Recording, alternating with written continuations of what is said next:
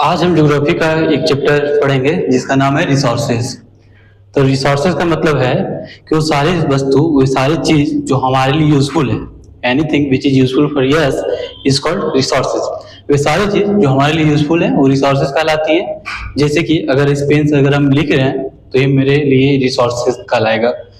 जो एयर हम ब्रीथ कर रहे हैं, जो हवा सांस में ले रहे हैं, वो भी हमारे लिए रिसोर्सेज कहलाएगा। तो anything which is useful for yes, जो हमारे लिए यूजफुल है, जो हमारे लिए काम का है, वो रिसोर्सेज कहलाएगा। तो रिसोर्सेज को अलग अलग टाइप में बांटा गया है। पहला नेचुरल, दूसरा ह्यूमन।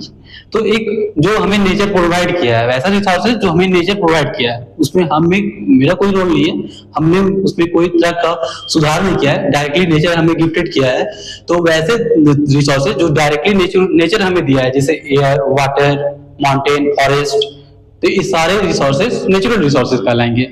और ह्यूमन रिसोर्सेज वैसे रिसोर्सेज जिसमें ह्यूमंस उसको सुधार करके, इंप्रूव करके अपने काम के लायक बनाए हैं, तो कन्वर्टेड फॉर्म को human made resources, man made resources कर सकते हैं। और एक ह्यूमन खुद के लिए भी रिसोर्सेज का काम कर सकता है। अगर कोई एक इंसान दूसरे इंसान के काम आता है तो वो इंसान, वो ह्यूमन, उसके लिए रिसोर्सेज कहलाएगा। तो आइए पहले नेचुरल रिसोर्सेज के बारे में पढ़ते हैं।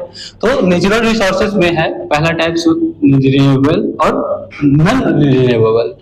तो वैसा रिसोर्सेज जो हमें कंटिन्यूसली मिलते रहता है, उसका फ्लो कभी रुकता नहीं है, जो जिसका कभी कोई स्टोरेज जो लिमिट नहीं है, उसका हमें कंटिन्यूअस, और उसका जो कंटिन्यूटी फॉर्म चलते रहता है, वो उसका फ्लो चलते रहता है। जैसे एयर को हम कितना भी ब्रीथ कर ले, वाटर को हम कितना भी यूज कर ले, उसका कभी लिमिट नहीं है, वो हमें उसका भरपाई होते रहता है। वो एक साइकिल है जो चलते रहता है और उसका कमी हमें पूरा होते रहता है।